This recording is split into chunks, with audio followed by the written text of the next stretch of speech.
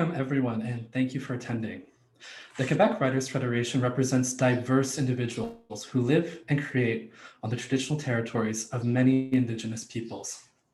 The island we today call Montreal has for generations been known instead as Tiohtià:ke. The Quebec Writers Federation's office is located on Tiohtià:ke and is thus located on land traditionally belonging to the Kanien'kehá:ka Nation, who are the traditional custodians of these lands and waters. This island has and continues to be a historical gathering place for many Indigenous peoples and nations. The Quebec Writers Federation is grateful to be part of a long history of creating and sharing stories on these lands. It is also important to acknowledge that I am currently calling from a Miskwachí Waskahagan, which is colonially known as Edmonton, Alberta, and is located on Treaty 6 territory. The land under Treaty 6 is home to numerous Indigenous nations, including the Nahiawak, the Dene, the Plains Anishinaabe, the Nakota Sioux, the Niitsitapi, and the Alberta Métis. One of our panelists, Rimah, is calling from Toronto. The city of Toronto is located on the traditional territory of many nations, including the Mississaugas of the Credit, many other Anishinaabe nations, nations of the Haudenosaunee Confederacy, and the Huron-Wendat peoples. It is also now home to many diverse First Nations, Inuit, and Métis peoples. The City of Toronto is also on Treaty 13 territory and the territory of the Williams Treaty. Finally, another one of our panelists, Samah Sabawi, is calling from Melbourne, Australia, which is the traditional land of the Bunurong Boon Wurrung and the Wurundjeri Woi-wurrung peoples of the Eastern Kulin Nation. Australia, much like Canada, situates itself on land cultivated by and home to many diverse Indigenous peoples. As artists, writers, and creatives, it is imperative that we recognize how we may be complicit in systems of colonization and oppression against Indigenous peoples, both locally and globally. For without doing so, our artistic endeavors fall short of being truly anti-racist and anti-oppression in scope. Thank you. Welcome again, everyone. My name is Zachary Couture, and I will be your host for this panel. I would like to again thank everyone in attendance here today, and especially to our three panelists who have graciously agreed to share their knowledge with us. Before we begin, there is just a few things that we should go over. First, to aid anyone who is hard of hearing, you can turn subtitles on for this Zoom. You just need to click the little button. It has a CC on it that says live transcript, and it should appear on the bottom right-hand side of your screen. Second, the structure of this panel will be as follows. So I will introduce the guests, following which I will ask them a series of questions. At around the 45-minute to 1 hour mark, we will open the panel to questions from the audience. The chat function has been disabled, so if you wish to submit a question, please click the Q&A buttons to submit a question. You can submit a question at any time during the panel, although no audience questions will be addressed until the end after I've completed my questions. Please bear in mind that not all submitted questions will be asked to the panelists, as we are constrained to stay relatively on time. Now, without further ado, let me introduce the panelists. First, we have Rimah Jabr. A graduate from the Ritz in Brussels, Rimah is currently an artist in residence at the Theatre Centre in Toronto, has created works in a number of different mediums, including theatrical plays, audio dramas, children's theatre, and film. Her works have been produced in Canada, Belgium, and Palestine. Rimah is currently a PhD student in theatre at York University. So without further ado, please welcome Rimah. Hello. Next, we have Samah Sabawi, a highly accredited playwright, both nationally and internationally. Some of her accreditations include the Green Room Award and the Palestine Book Award. One of her plays, A Tale of a City by the Sea, has been performed in Australia, Malaysia, Canada, and Palestine. Sabawi has also received a doctorate of philosophy from the University of Victoria. Samah has also co-edited with one of our fellow panelists, Stephen Orlov, the anthology known as Double Exposure, Plays of the Jewish and Palestinian Diasporas. So please welcome Samah. Hi, everyone. And finally, we have with us Stephen Orlov. Stephen is an award-winning dramatist whose work has been performed in major cities, including London, Chicago, and Montreal. Stephen has also served on the executive of Playwrights Guild of Canada and the Playwrights Canada Press. His latest play, Engagement, just recently had a public reading by Tisri Dunya Theatre. So please welcome Stephen. Hello. So welcome everyone. So to begin, I think it's important to acknowledge that North America and the West at large has often been a hostile artistic environment for any substantial discussion on Palestine and Israel. So in light of this, why is it that the three of you chose to use your art to engage audiences with this topic?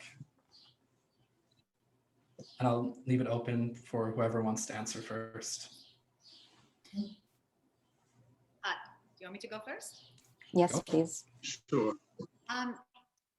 For me personally, I mean, our reasons may all differ, but I think that writers in general write about things that they know and they've experienced in the first place. They can write about things they don't know or haven't experienced, but your most beautiful writing always comes from a place of knowing and living certain experiences in your life. I am from Gaza, and so from Palestine, and so very connected to that region.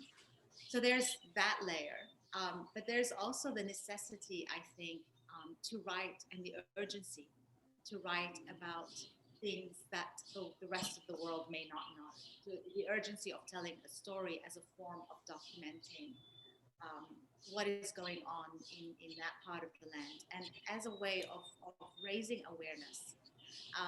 It's not enough to see things on the news sometimes or to read about statistics and numbers.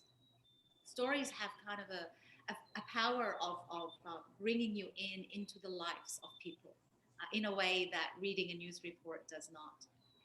And so there's that as well. And there's just the idea of taking something you absolutely love and care about, a cause, a story, a place, and then building a community on the other side of the world around that baby that you're bringing, and having people, cast, crew, production teams, just building the life of that story elsewhere is just so powerful and so empowering as well for the writer. So that's my personal reasons. Well, I'm not going to repeat the many insightful comments that Samah made, but my short answer is because I'm a Jew and I believe in our common humanity. I grew up in an immigrant working class family in Boston. Support for Israel was a given, a birthmark of the tribe. And in Hebrew school, I was captivated by the history stories of how our people fought oppression from biblical times to the Holocaust. I remember as a kid having this reoccurring dream of David slaying Hitler with a slingshot. And I'm proud of that history and our unwavering support of civil rights at home. After the Holocaust, many Jews moved to escape oppression in a land partitioned mainly by imperial powers. But for so many decades now, they and those that follow have been oppressing the people who have lived there for millennia.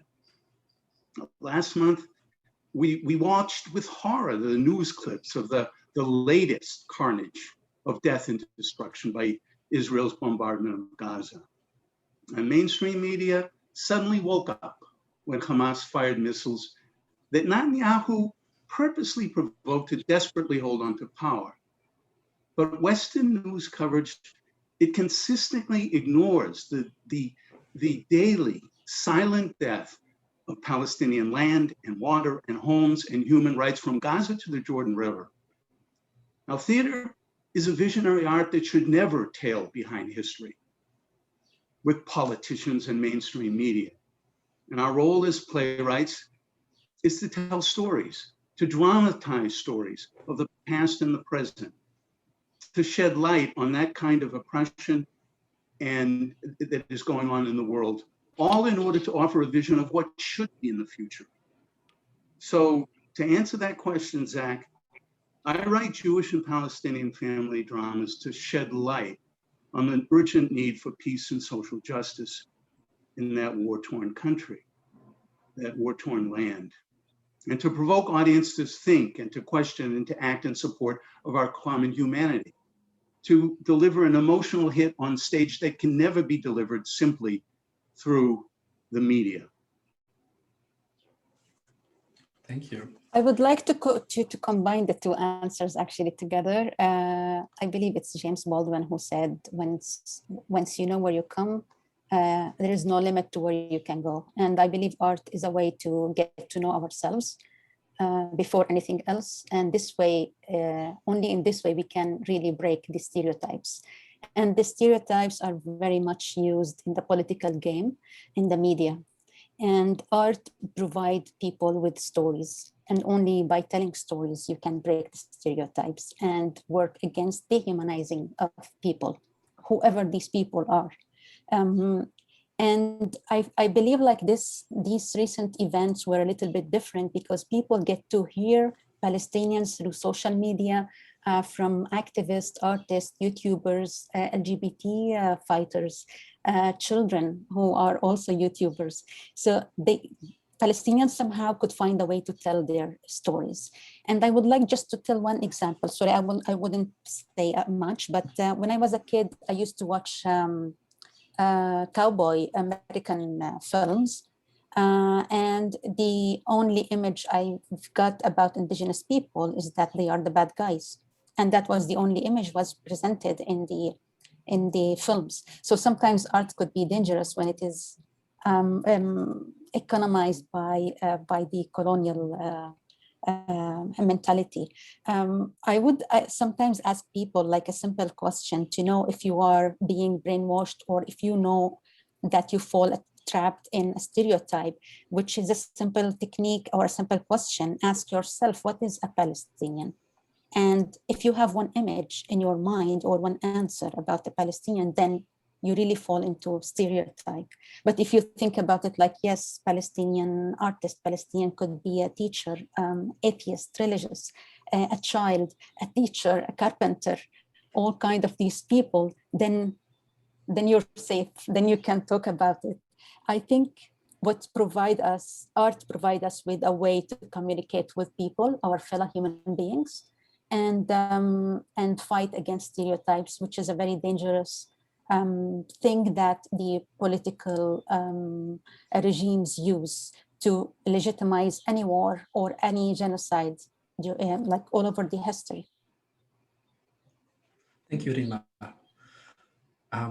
So just on to the next question. What are the obstacles that may prevent the circulation and creation of meaningful artistic work on this topic? And just in reflection of Rimah's answer, that may find itself, trying apps that works to be absent of these stereotypes or to work against them. I'm sorry, can you repeat the question, Zach? Yeah, so what are the obstacles that prevent the circulation of and creation of meaningful artistic work on this topic? And, for example, like as Rimah was talking about, works that, try to challenge the stereotypes that, we see in relation to this topic.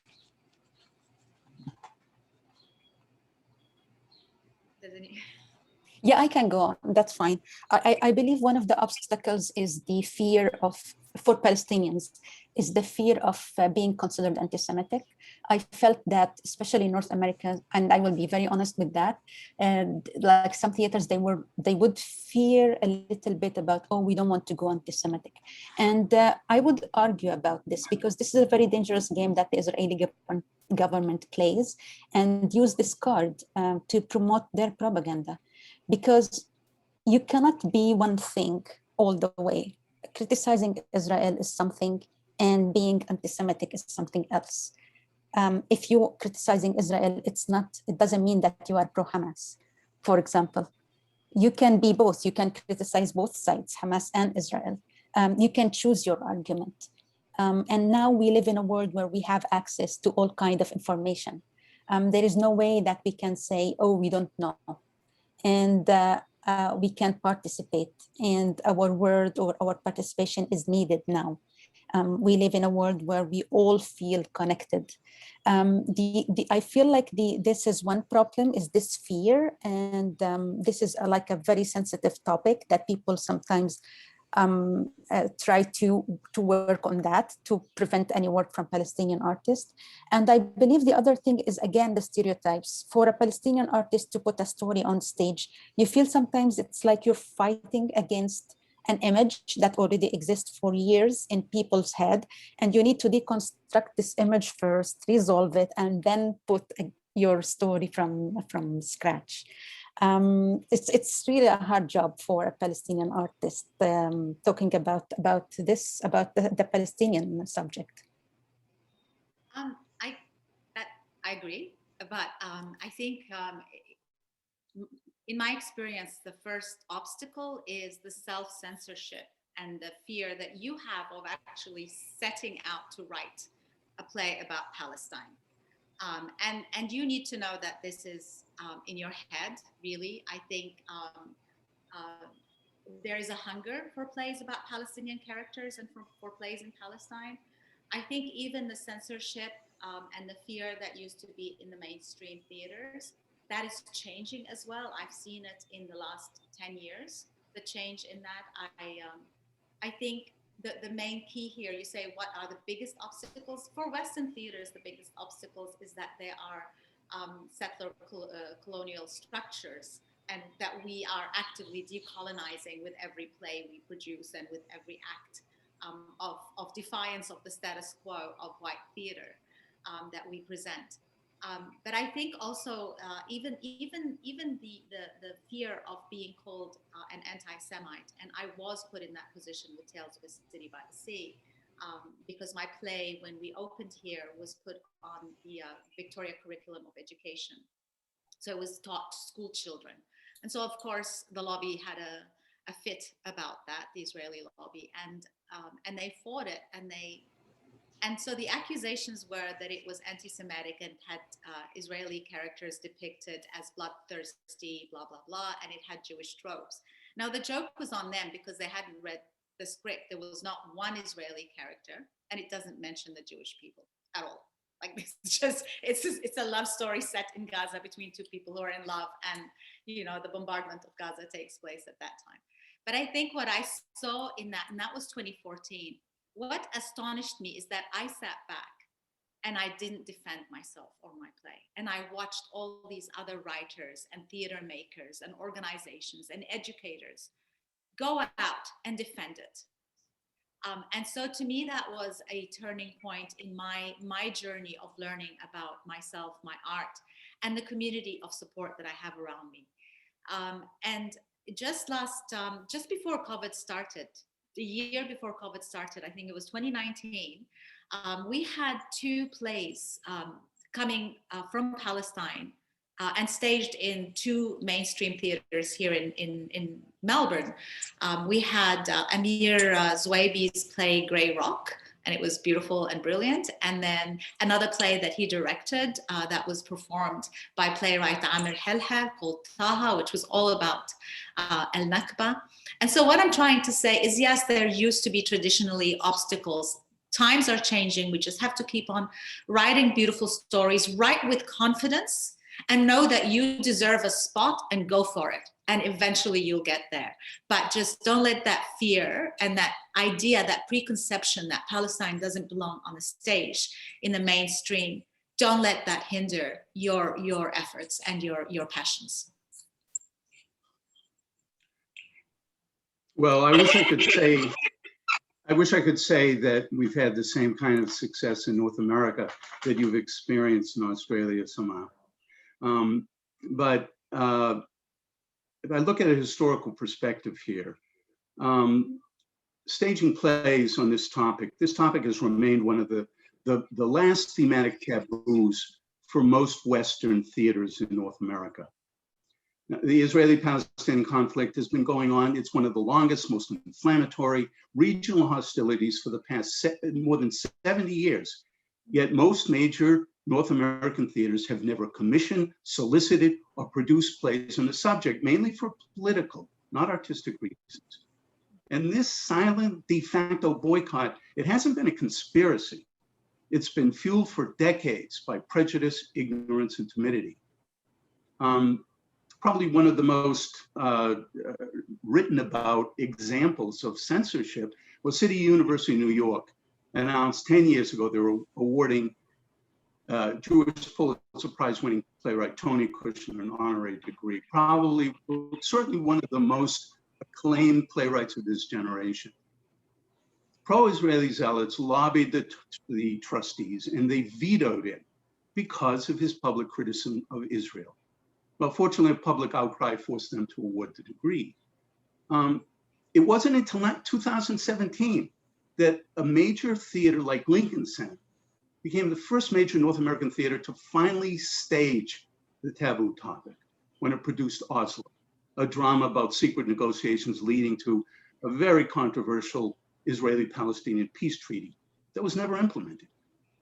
Now, Palestinian negotiators were stereotyped. The play glossed over with slogans, daily oppression of Palestinians.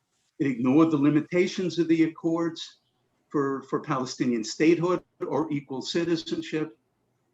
But Oslo swept the Tonys. Critics hailed it as a groundbreaking play, long overdue, sold out runs around the world, including here at Jean Doucet. Despite its global box office success, no theater has commissioned its sequel about why the Oslo Accord failed to deliver. And that's the central issue. Now, my play Sperm Count, the first of my dual diaspora trilogy, premiered in London 2 months after 9/11. The theater received 2 anonymous bomb threats demanding its cancellation. The cast and crew defied the threats. Fortunately, it opened without any problem. Now, I can go on with more examples by other playwrights, but I'll just stop there for now. Thank you, everyone. How do you hope your plays impact audience members? What do you hope audience members take away from one of your shows on Palestine and Israel, especially given the light of, in the North American context, how this manner of censorship seems to prevail in a lot of circles?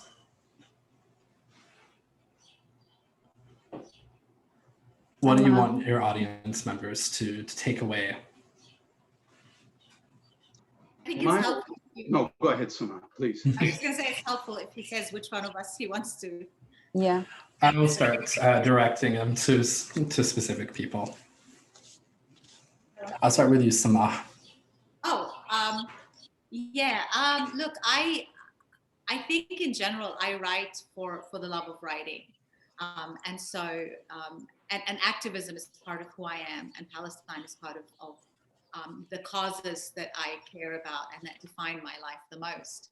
But first and foremost, I want people to enjoy the play that they've come to see and to feel that they have become part of the story that I'm telling. And if they leave taking away with that what it feels to be as a Palestinian, what it feels for Tales of a City by the Sea, the focus was on the separation and the siege, what it feels like to be under siege, under the bombs, and in love with somebody who's on the other side of the wall.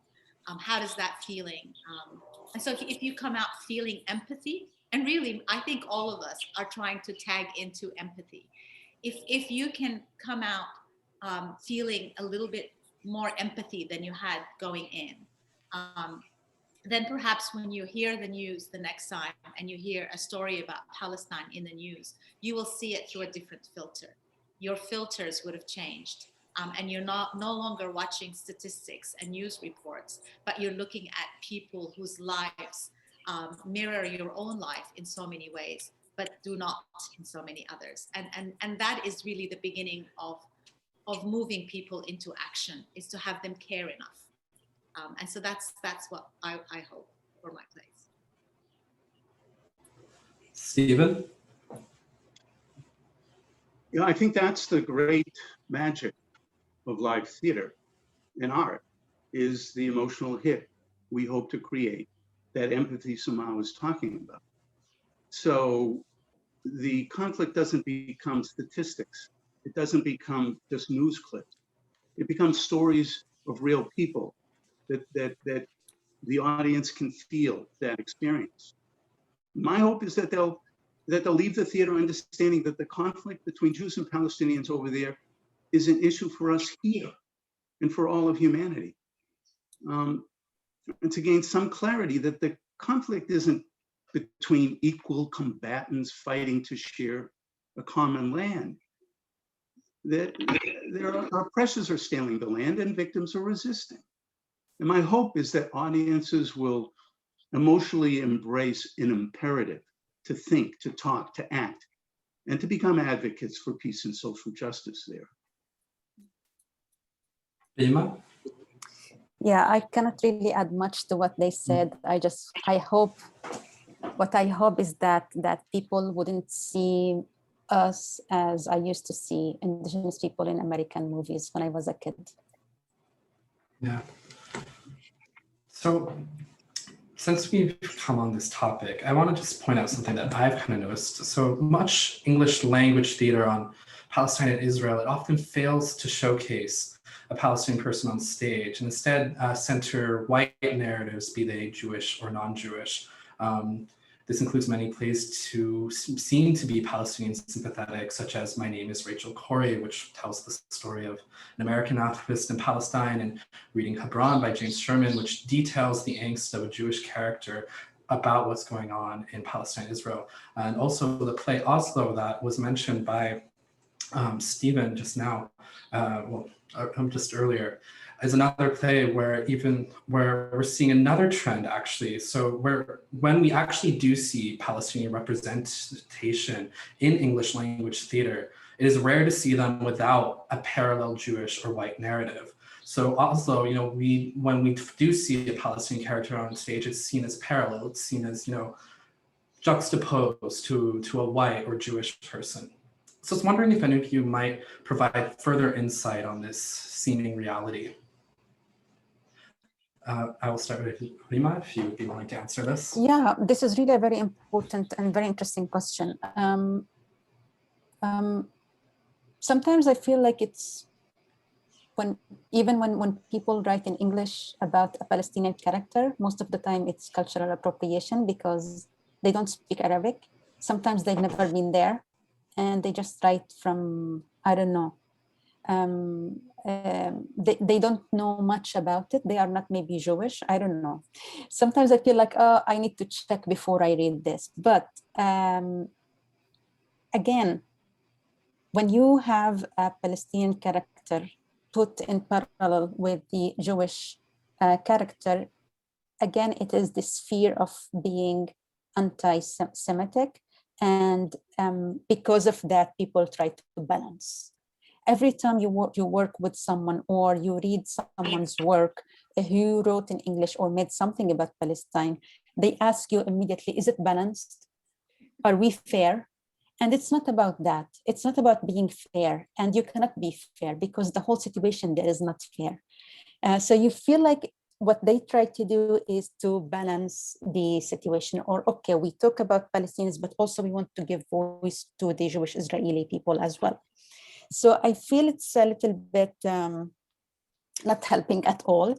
And I've read Reading Hebron, and it's a very interesting and very strong and powerful play. But I feel it reflects mostly on what happened in Hebron, the massacre that happened after in Hebron in 1992, and the whole focus is on that. And I didn't see any problem in it. However, we feel sometimes, even as Palestinians, that we need to put our story in juxtaposition with the Jewish story because we feel like this is a pass or a credit to present ourselves. Even when we discuss things, sometimes when we discuss the political situation, I usually would use Beit Salem, which is an Israeli human rights organization.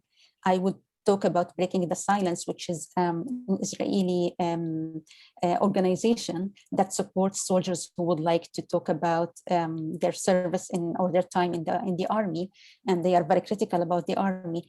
And I would use, for example, an article from Gideon Levy because I feel like, okay, the Western world will listen to these people because they are Israelis and they will feel that they can trust what they say. And I feel sometimes if I would say something or I would use only the Palestinian narrative, maybe they will not be interested, or they will not really take it 100% as something correct. It's a complicated situation. It's very, very, very complex. At the same time, even as Palestinians, you never can tell a story without having the situation in the background, the occupation, the political situation in any story. Even in Samah's plays, it's about love. But the whole thing is about what is going on that land, about not being able to move, not being able to travel, about airstrike that would come, about uncertainty, about suspension, about poverty, which is also a result of the occupation. So it is very, very complex that you cannot really divide it in like 1, 2, 3 elements. Yeah, Samah? that was very, very well said. Look, it's a very important question, and it's one that we may not resolve in one discussion or in 20. But I think we've come from a place. I know I have. I'm older than Rimah, and so I've had I've had more of a journey. I don't know. I think I'm much older than you, Rimah, but I've had more of a journey in writing, and so I've done it. I've written a play where I've had Palestinian and Israeli characters. It was called 3 Wishes. And that was suitable for that time that I wrote it. I would never now try to put Palestinians and Israelis on stage together. Never. My concern, my belief right now is that this is our time. It is our time to speak in our own voice. It is our time to be unapologetic about having to explain what the Israelis think, or for me, the whole issue with what is happening to Palestinians is actually things that are material. There's a siege, there's an occupation, there are bombs falling, there are people being shot, there are people being arrested, there's evictions right now. As we are having this panel, there are evictions right now of families from their homes, and there's bulldozers destroying their homes. So I am really just at that point, I think, in my activism and in my writing, where I am more concerned about the authenticity of the voices speaking in their own times, speaking their own stories. I think people can, and this has been an ongoing debate in writing, and I know Stephen has different opinions here, but people have debated for a long time whether or not someone can write a story about a tragedy that has happened to someone else from a different culture. American Dirt, I can't remember the name of the writer, but it was an incredible novel to read. But the writer herself hadn't experienced the immigration from South America into the US. And so she was called somebody who had culturally appropriated a story for her own gains. And I can't really remember the details of that in specific, but it was to me just an example of, can a writer write about an experience or a people? And I think, yeah, they probably can. But if you really want to uplift and to resolve the Palestinian-Israeli conflict and to be part of moving forward towards a resolution, we are not short of our own writers who are speaking and telling their own stories. I can think of Hanna Khalil, Betty Shamia, Ismail Khalidi, Nagla Saeed, Abdel Fattah Abu Sroor, I've already mentioned Amir Helhel, and Amir Nizar Zwaibi, and Rimah here. And the list is huge. And so please consider throwing your support behind people who are completely willing and able and are really brilliant at telling the story of the Palestinians. And so that's where I am today. And I've been on a journey on this. And I realize not everybody's in the same place on this journey as I am. Well, I'll address the first part of your question and then add a bit to what Rimah and Samah have said. And that's about no Palestinian actors on stage. Now, this is one of the important traps of cultural appropriation. We in Quebec know that from the experience of Robert Lepage about African Canadians not participating, Native people not participating. And the amazing thing is that Lepage was shocked by the public outcry. He didn't have a clue And he is one of the greatest Quebec playwrights. It's astounding. For myself, as far as representation on stage, in my books, in the rehearsal drafts, the published scripts of my plays, I write on the first page a casting note that the playwright highly recommends casting actors of Arabic descent, preferably Palestinian, for Palestinian characters. One example, last play that Tishri Jr. produced of mine, Birthmark, in 2018. During auditions, a young Palestinian actress, Dalia Sharafuddin, auditioned. And she was not the best actress, for sure. She had only taken one acting course, but she was Palestinian. And all of us, the director, the artistic director, myself as the playwright, were committed to working with her to hone her delivery. And in the end, she delivered a great performance. And she was able to add during rehearsals that kind of input that only Palestinians could provide. The second thing about plays without parallel Jewish or white characters, first of all, I would never attempt to write a play of only Palestinian characters. But I'm a Jew, and I'm not interested in writing plays just about Jews debating Palestine. I have a responsibility as a Jew to address what is going on there on stage. So I create Palestinian characters in my dual diaspora plays because if I don't, the stakes aren't high enough. The audience can't empathize emotionally with Palestinian characters not on stage.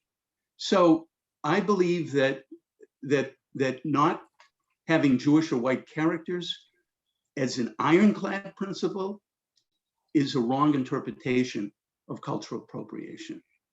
But we have to pay our dues. I mean, I could give you countless examples. I had a reading, that Zach mentioned a few days ago of my new play. And Abdel Fattah Abusrar, a great Palestinian playwright, was in the Q&A with me. And there were numerous points that he brought out of things that I wasn't aware of. And so these are the things that, as a Jew, if I'm creating Palestinian characters, I have to do my job. I have to do my research. I have to listen to what Palestinians have to say. And it's not just about understanding their politics. It's about the complexity of Jewish people, of how to try and capture the authenticity of their voice and their actions. And I can't do it alone. And I think that's the trap. If people have the audacity to go ahead, people and cross over that cultural wall based on solely their own experiences, it's not going to work. And I think that another issue is the relative status of Palestinian characters, whether they play principal or secondary roles.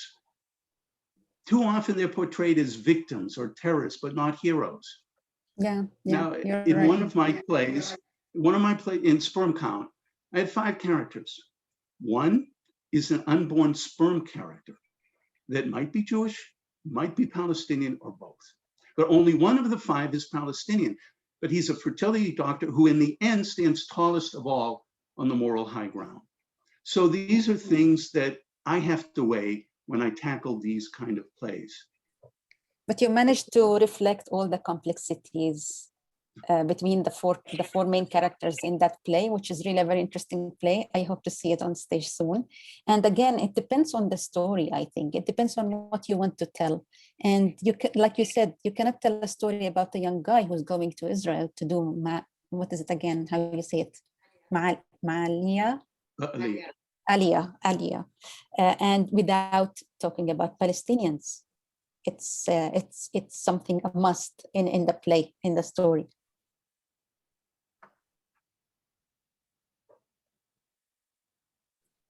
Thank you, everyone.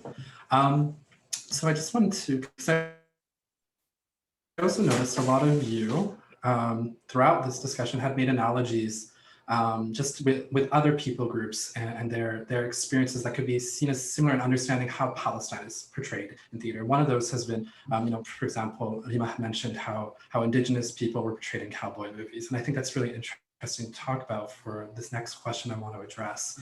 So, there's been significant developments around decolonization and Indigenous rights in Canada, such as the 2015 Truth and Reconciliation Commission, and also the recent uncovering of hundreds of children's bodies buried across residential schools. So because of this, I think Canadians, settler Canadians, have become more aware of the violent history and reality of Canada as a settler colonial state.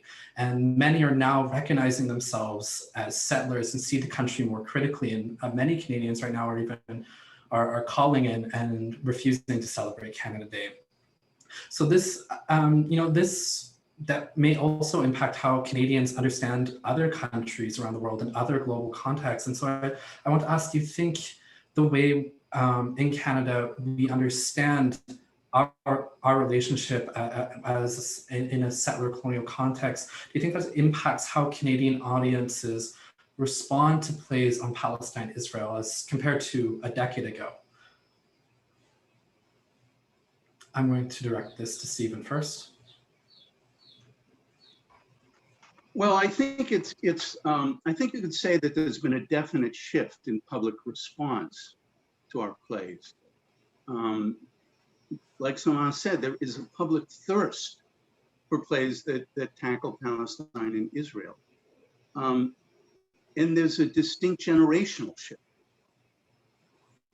My last play, as I mentioned, Birthmark, within a couple of days of opening night, shows were selling out. But if you looked at the audience lining up, they were predominantly young people. Now you go to large regional theaters, and look, I'm a senior, but there are too many gray, white, and dyed tears in the audience. The public wants these plays. The problem, as we said before, is that most large theaters are still unwilling to stage them. I think that more people are recognizing the comparative link between our racist and violent colonial history and Israel's forced displacement of Palestinians and their expanding settlements. And this isn't, it's not just, it reflects what is going on there. I mean, in 2018, the Knesset passed the nation state law, which officially declared that only Jews have the right to national self-determination. It officially established, quote, and this is what it says directly, that Jewish settlement is a national value, and it legally mandated the state to encourage and promote its establishment and development.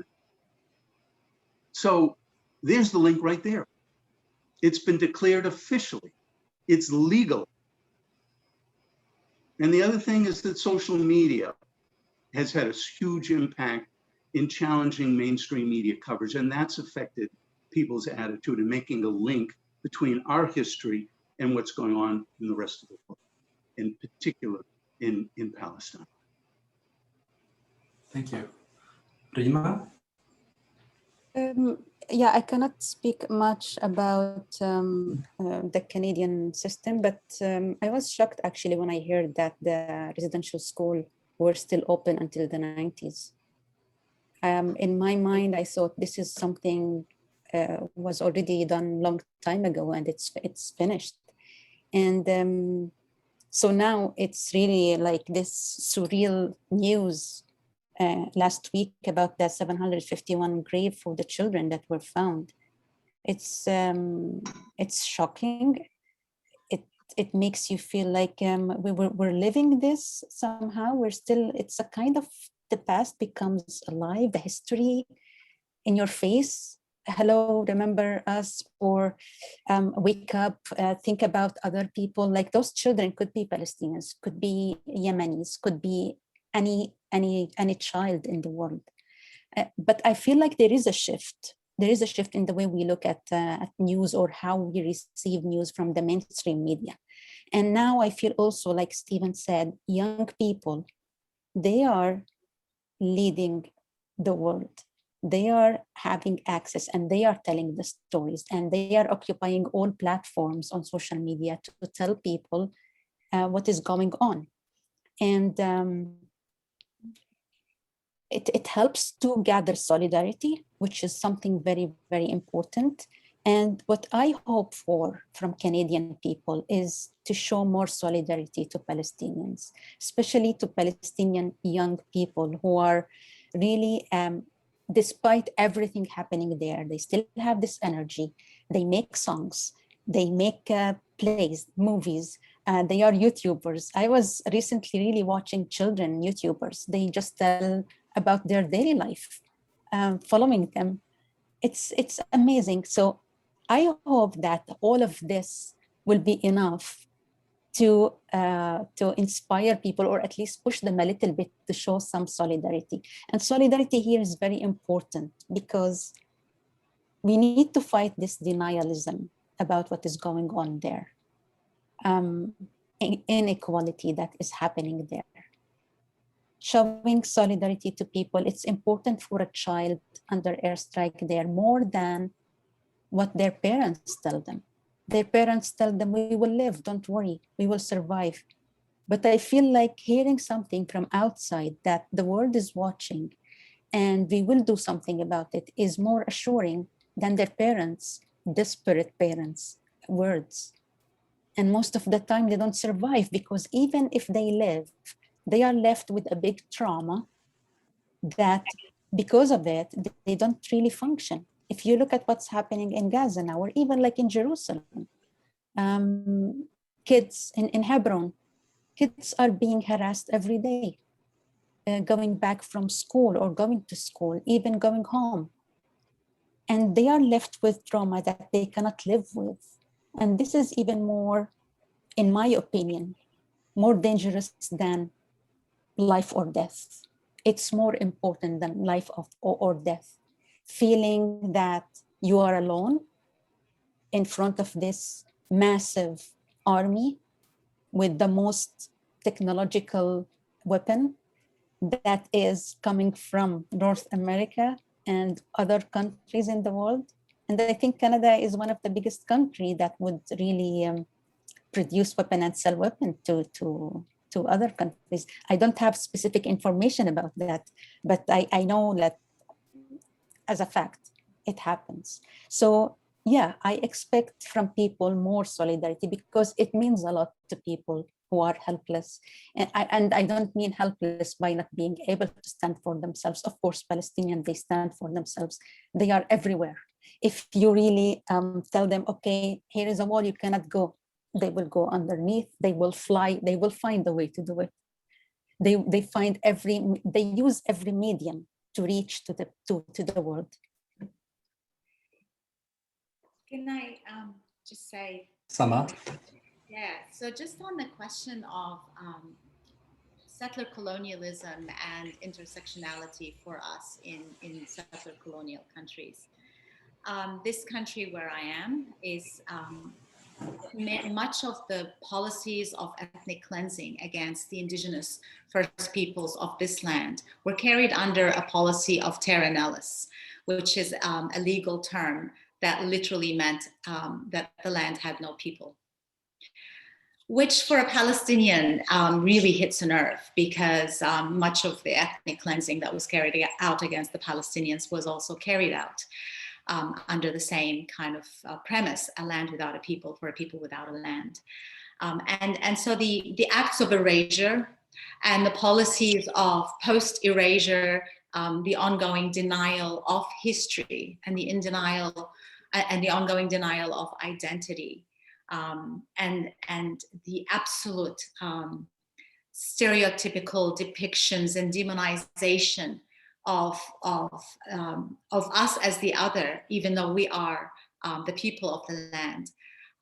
It strikes a really strong nerve with me. And so there's a lot of the work that we do around art, and especially in the last couple of years, has been in building solidarity, building Black Palestinian solidarity. I just, 2 days ago, I had a poetry night. It was a Black Palestinian solidarity poetry night.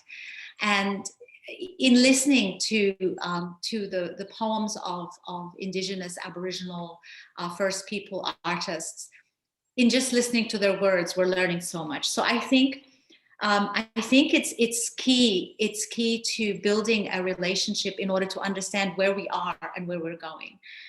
It's really important to decolonize the art institutions, and I think art in itself as a practice, and theater in itself as a practice, is actually a fantastic vehicle for intersectional work and for reaching out and for empathizing and working with other communities. And I can't say enough how important it is for Palestinians to understand the settler colonial history of the country and the land that they're on, because until you actually recognize that you are a benefactor of settler colonialism in someone else's land while your land is being colonized, until you make that connection, I don't think that you can really move forward in your activism and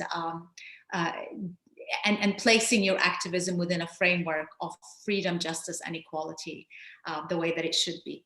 And I think I just wanted to point out just one other point, which I can't remember right now about this, but yeah, just an important, I just wanted to say that the connection itself really upsets the Israeli lobby big time. There was a poem that I wrote once about just that issue of being a Palestinian on colonized land, being from colonized land and standing on colonized land, and making connections between the Nakba and the struggle here for First Peoples. And so got a few things from the Israeli lobby, and then they wrote an article about it saying that this connection is false, et cetera, because I think that they don't like to be seen as the settler colonial structure that they are. Well, the problem is that it's the same system. They cannot really hide it. It's the same system, and it's a practice, everyday practice. Thank you. I just want to remind the audience that if you wish to ask a question to the panelists, please submit it into the Q&A box. You can find it at the bottom right-hand side of your screen, right next to the live transcript button. So if you wish to ask a question, please submit. So just as a next question, I want to direct this specifically to Samah and Rimah. There is a horrifying reality of physical violence that targets Palestinian artists, both within historic Palestine and throughout the diaspora.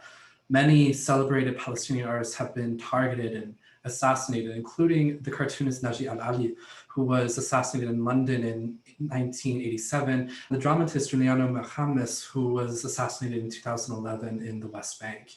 And so I just want to ask, as Palestinian artists, how conscious are you of this reality, and how do you respond to it? I'm going to start with Samah. The violence continues, although maybe not in the form of taking away someone's life, but definitely in trying to ruin people's reputations, in trying to attack them, calling them anti-Semitic. And then there's that silence, violence that you don't see. You don't know who they're talking to and telling them not to have you on in that platform. You don't know the pressure that they're putting on an organization not to have your work published.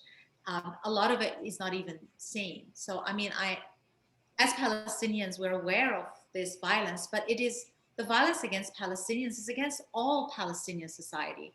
Artists, scientists, teachers, medics are getting killed. Journalists are getting killed with their press jackets on.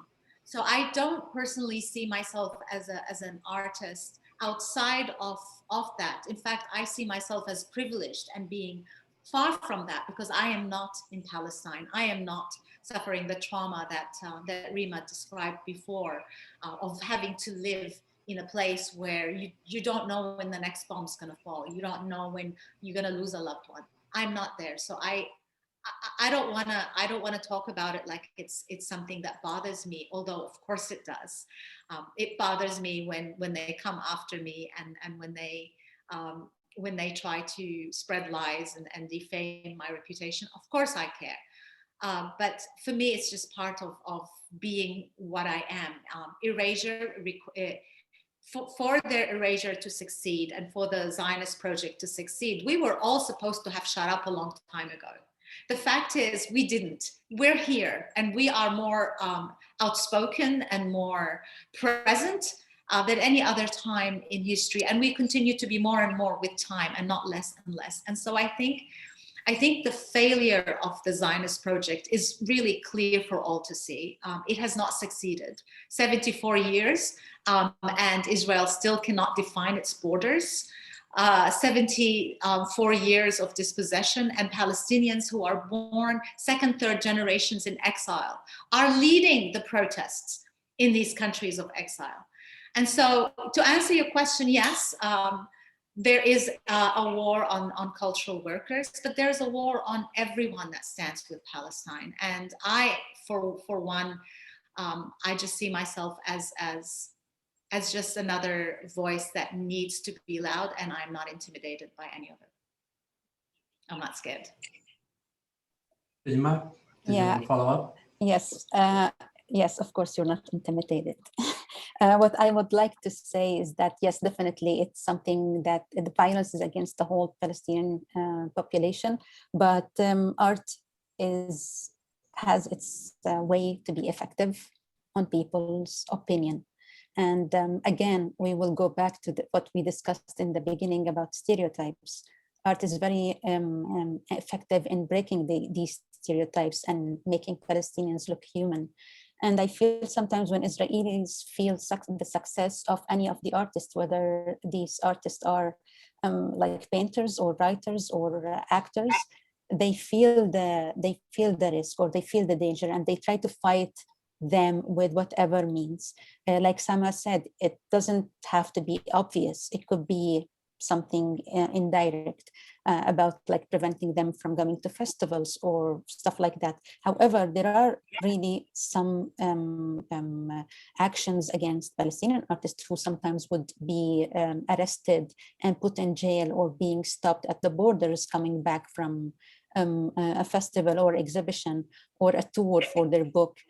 There are multiple cases where artists are being thrown in jail, not sentenced, but instead they are giving this 6 months, I don't know what it is in English, Samah, idari, hukum idari. Administrative detention. Administrative detention, and it keeps renewing, and some people, they are being jailed for years. Yes, it is something scary, and sometimes when you feel like an artist posting things on social media, they are very careful. And I know from some friends of mine, he would travel to Palestine and Israel. They would deactivate their social media before they go, because they are scared. If they would see a photo or something, they might send them back, or they might question them, or things like that. So you feel the censorship on every single word you share, or every single thing you do. But I wanted to correct something because you mentioned Giuliano Mir Khamis. Actually, Giuliano Mir Khamis was killed by unknown people. Until now, we don't know. And this is also something else, like artists are being threatened by, I don't know, like by this unknown power or authority around us that we, yeah.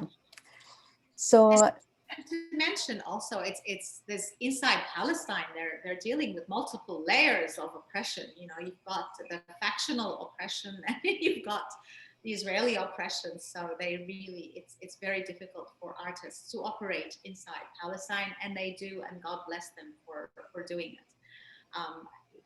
They're amazing that they keep going without funding, without proper support, without proper institutional support, without and with the fear of upsetting the multi-layers of oppression that they Thank function you. Oh, sorry. So to move on from that, I want to direct this next question to Stephen. So there is a lot of contention within the Jewish community around Israel's ongoing occupation And there's also a very real reality of global anti-Semitism and anti-Jewish violence, and especially when we look at the West with the rise of white supremacist groups. So as a Jewish artist, how do you navigate these realities? Well, we navigate towards the truth with facts and stories, not slogans. But we're not alone. Younger Jews and new progressive groups like J Street, Jewish Voices for Peace, are increasingly challenging the old guard leading mainstream Jewish organizations that support Israel unconditionally. I think there are two factors that are fueling the growth of anti-Semitism and anti-Jewish violence. The neo-Nazis who saluted Trump with Sikh Isle in Charlottesville hate Jews and Muslims alike. And they are part of a growing armed movement that Trump has rallied from the underground. We saw some of those in Washington, D.C. And there are a lot more besides them. And secondly, the mass proliferation of far-right websites on social media has transformed fringe extremism into daily reading with the click of a keyboard. Now, the most deadly attacks, like the mass killings at Pittsburgh synagogue, they've been committed by those on the far right, whether lone wolf or organized.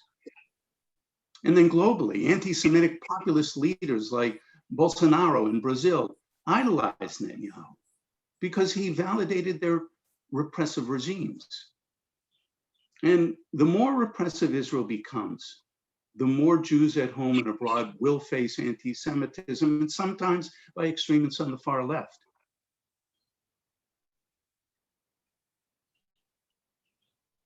Thank you. So since we've discussed some things in relation to recent events, there's another one that I would just like to kind of talk about and how this may shape ways in which audiences and artists and theater goers might comprehend Palestine, Israel. So anti-Palestinian racism and anti-Muslim racism, they're two separate forms of racism, but it also cannot be denied that there are times when these forms of racism intersect. So with the rise of white supremacist violence against Muslims, we saw the horrific murder of a Muslim family in London, Ontario just weeks ago. We've seen many horrific attacks grow in Alberta against Black Muslim women. There was the 2017 shooting at the Islamic Cultural Center in Quebec City. So we've seen this Islamophobia in Canada and in North America. So how does Islamophobia impact the way we discuss and understand Palestine, Israel? I'm going to direct this to Rimah first. Okay. I think this is okay. First of all, one thing that people think about Palestinians that they are all Muslims, which is not true, because there are multiple religions there. And most people, they don't know that. But think about it. Look, it's funny, but for example, the first play I made when I studied in Belgium, we invited an actor to play with us, and he doesn't know anything about Palestine. But when we asked him, he said, I know that Jesus is Palestinian. So it's funny sometimes how people relate this Arab, which is a nation, to the Islam, to the Palestinians.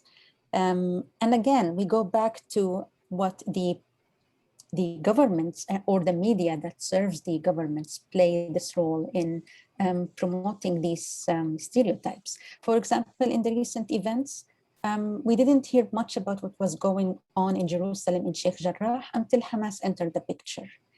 Then all of a sudden, it's everywhere on the news, Hamas, Hamas, Hamas, because it's an obvious card that they can play. Those are terrorists and Muslim bombers, whatever. We don't want to deal with them. They are going to kill us, because it's easy to frame it in that way. And this is the American government or the American politics since the beginning.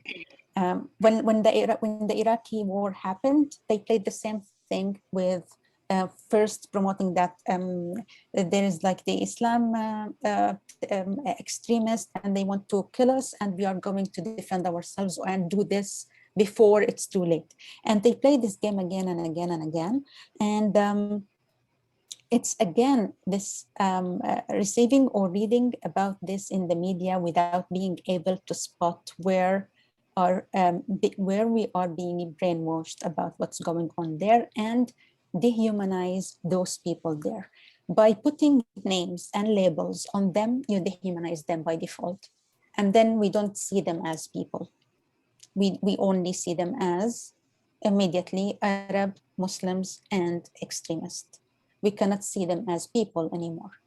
So here's the problem that we are dealing with.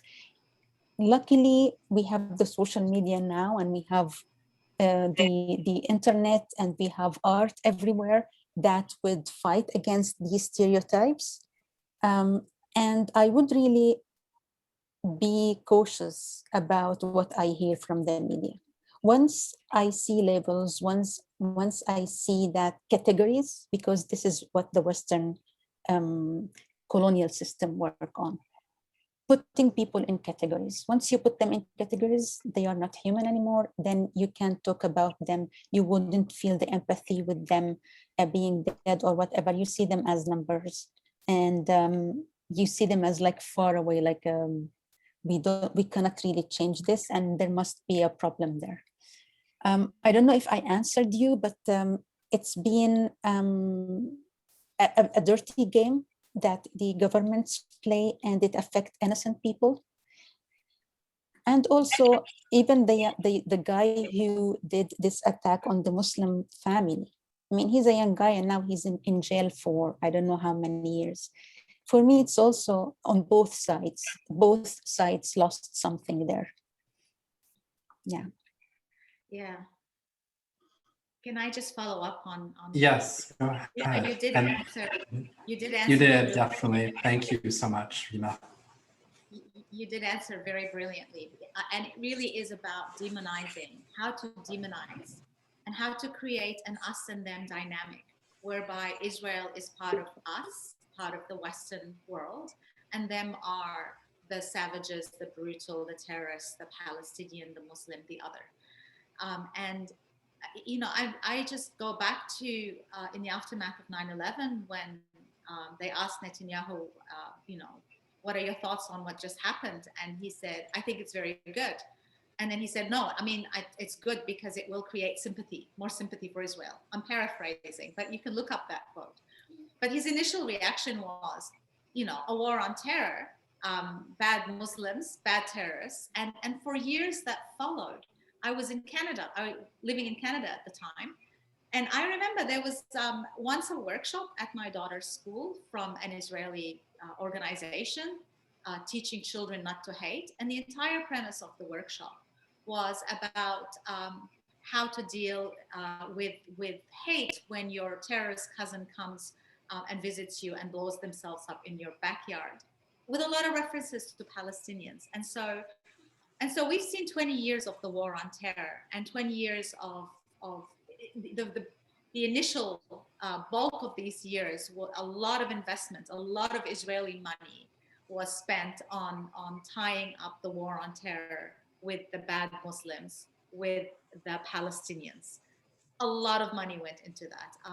But I think we have seen just in the last few years, especially with Palestinians on social media, with the brilliant young Palestinian activists that have taken over, who articulate and who speak out, and not just that. We go back to talking about intersectionality with people who have suffered as a result of the war on terror, with people who have had their liberty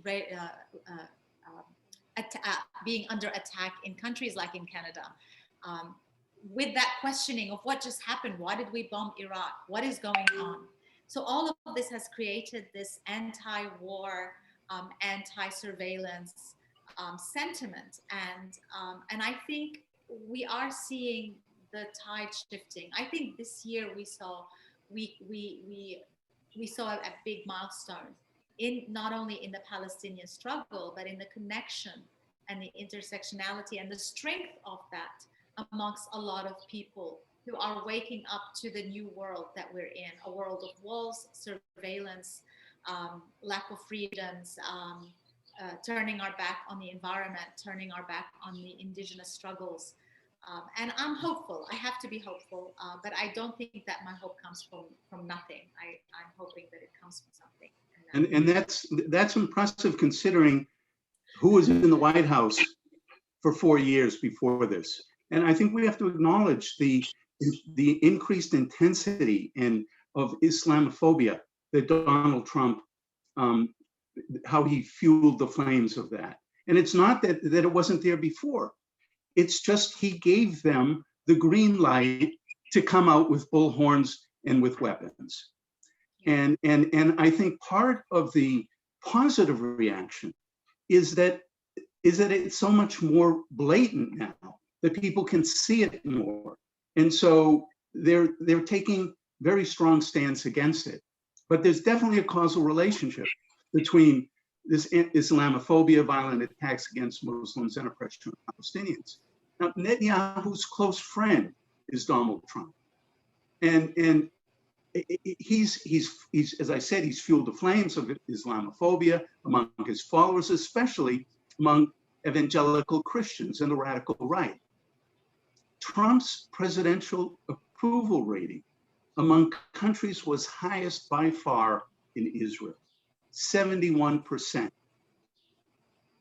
Now it was 2020, January of 2020. He terminated American aid to Palestine, his inflammatory recognition of Jerusalem as Israel's capital, moving the US embassy, sparking the protests and Israeli massacres at the Gaza border. All of that set the stage for Israel's latest bombardment last month. But people are seeing and they're acting and they're reacting against that. And so I think that there is a greater recognition of the link that you raised, Zach. Thank you.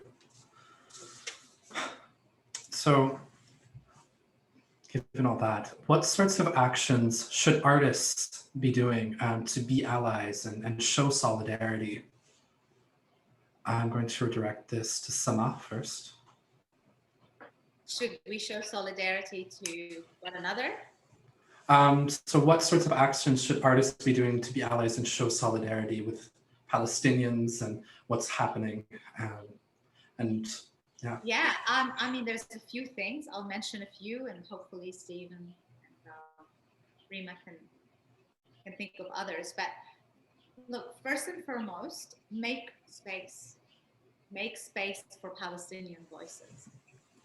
Don't take the easy route of saying, if I bring Gideon Levy to speak, then people will listen to him, but I don't want to bring a Palestinian, because if we don't lift each other's voices and if we don't hang on to the authenticity of the Palestinian voice, only a Palestinian can speak about Palestinian experience.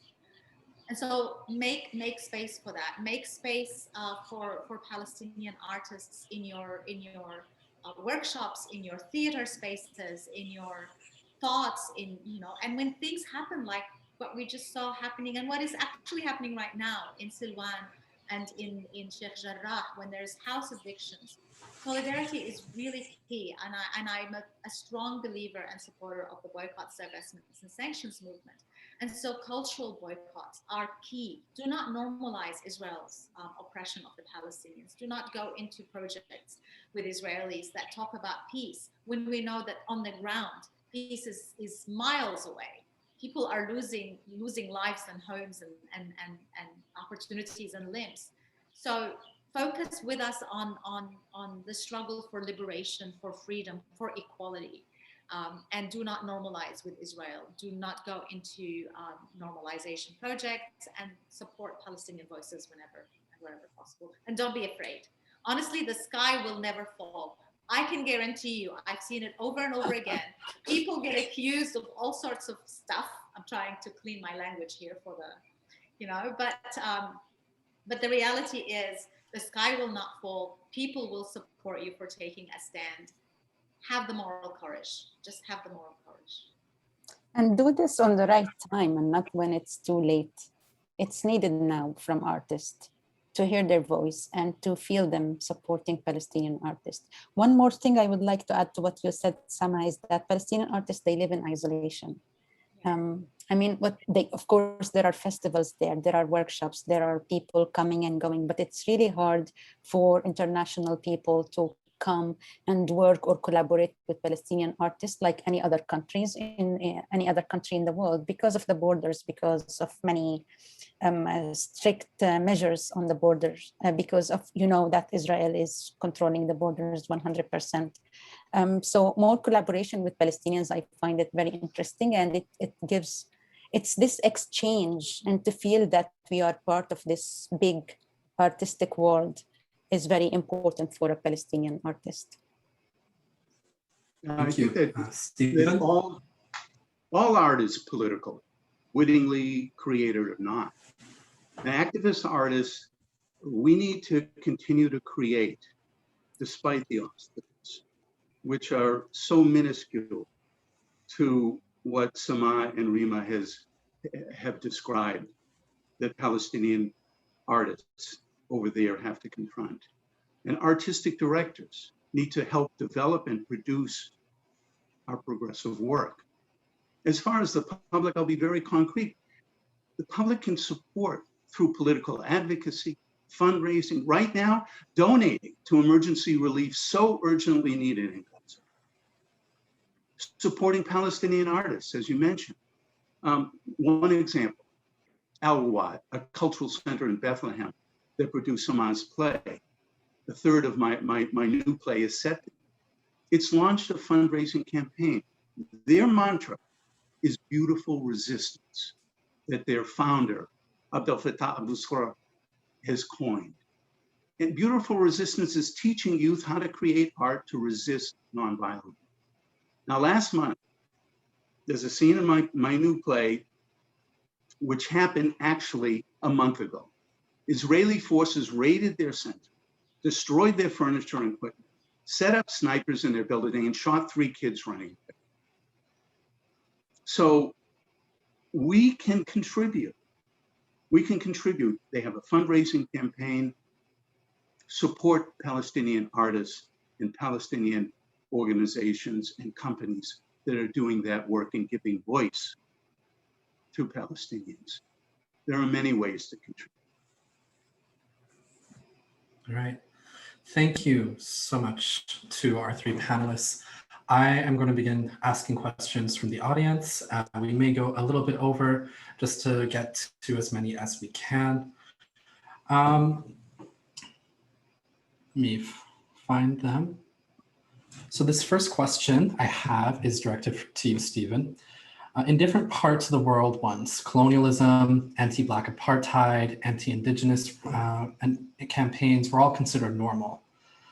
Now those countries and the people of those countries are becoming apologetic for that dark past. Do you believe that somehow in some future similar things can happen in Israel when the majority people there will really feel the wrongs done to Palestine for so long?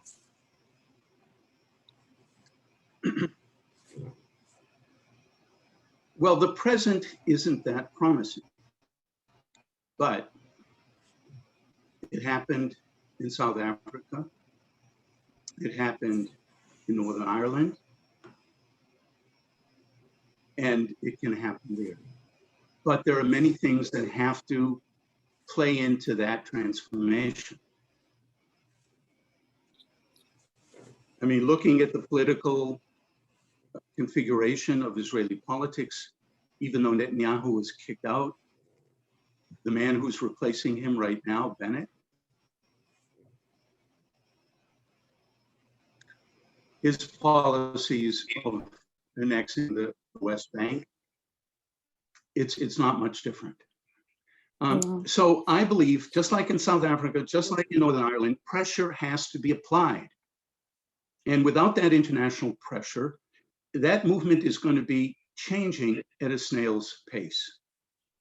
So I think we have a role to of advocacy to push our politicians to take action, to start putting pressure.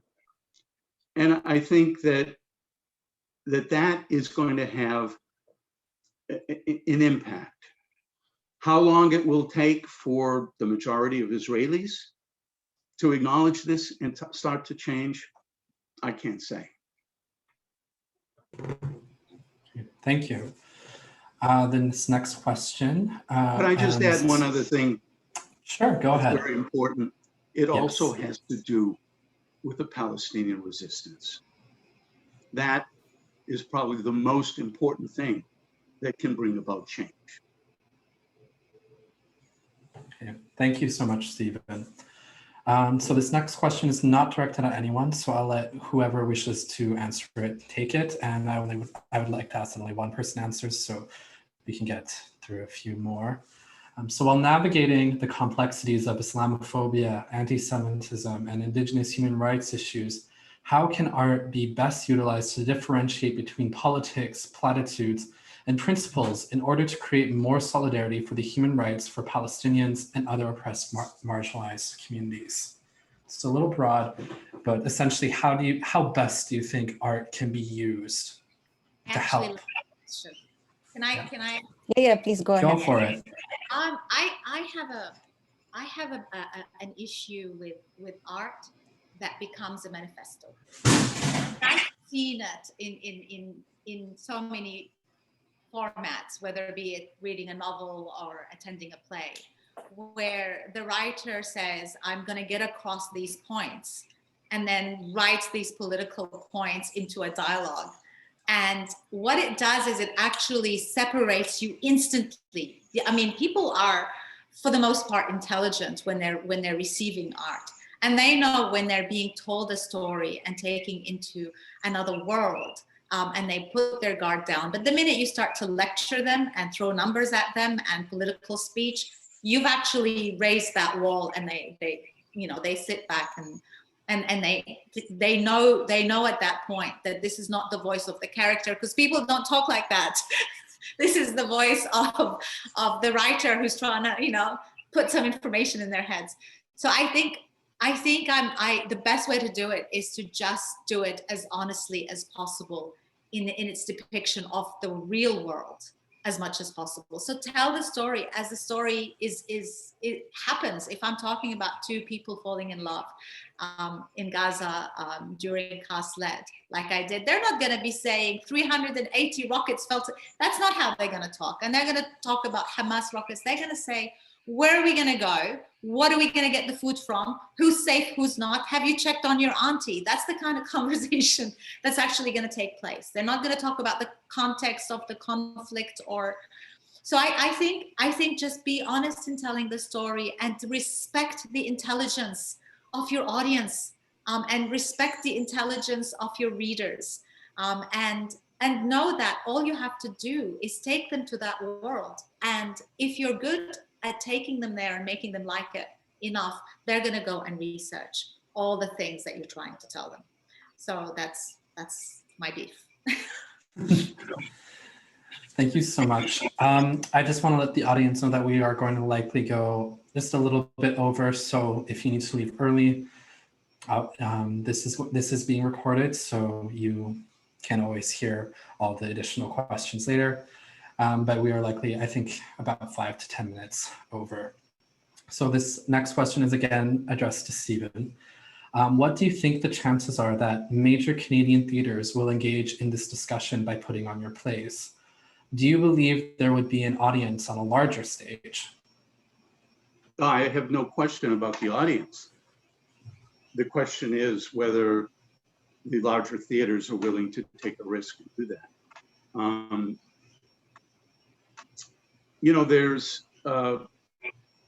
There's a lot of factors that go into play for a major theater putting on a production. And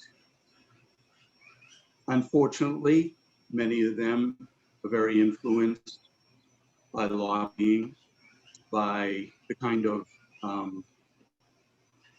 of pressure that's put not to produce the kind of plays that we write. So I think that there is a change, and I think that you can see the change somewhat in the discourse, even in mainstream media, about the horror of the bombardment last month, and that has an impact. It creates an environment that artistic directors who have to believe they have to cater to subscribers and corporate donors are willing to take a bigger risk and put these plays on. So I'm hopeful, and I think things are changing. They're changing in Palestine, and they will change here. It's up to us to continue to do our work, and we'll see that change. Okay, thank you. Looking through the questions. All right, so this one is again addressed to Stephen. So wait a minute here. This Only question to Robert, the Canadian. I mean, we have these yeah. Palestinian playwrights here. No, go ahead, please. Yeah. Mm-hmm. You said Robert Lepage was completely unaware, no clue, not a surprise to me at all at the time. What is he actively engaged in then and now to influence, educate the Quebecois establishment people on this issue? Well, he has admitted that he's made mistakes. How much work he's doing actively to change public opinion, we'll have to see. I don't know what his schedule of work is, so I can't really comment on what he's doing, but hopefully the lessons that he has learned will be applied in the future. Okay. So I think I'd like to wrap up there. Thank you again to all the panelists. You have all engaged in an amazing discussion. I think you've all put out a lot of good thought for everyone who has been in attendance. So in about a week, for everyone listening, you should receive a follow-up email with a link to the YouTube recording of this panel. And just so everyone is aware, there will be some links from the panelists that will be posted in the chat, sharing their various works so you can engage further with what everyone has been doing. And if you enjoyed this event, please keep in mind that this is a part of a series, Writers Out Loud. And please keep an eye out on the Quebec Writers Federation website for more info on this next panel in the series. Thank you. I'd just like to thank the Quebec Writers Federation for sponsoring this panel. This is one of the examples of how things are changing.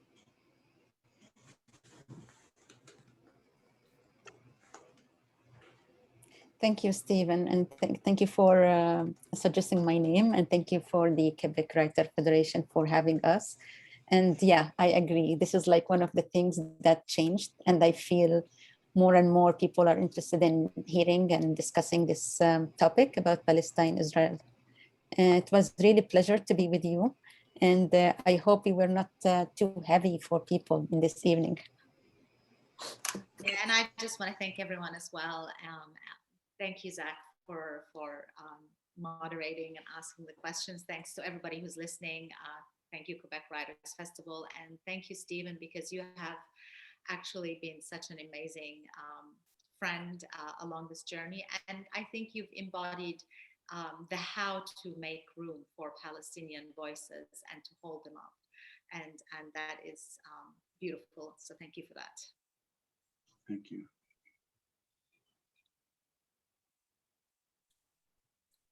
Yeah, and I already said it, but I feel so honored to have been able to listen to all of your answers and hear everything that all of you have had to say about all the different things I've been asking you about.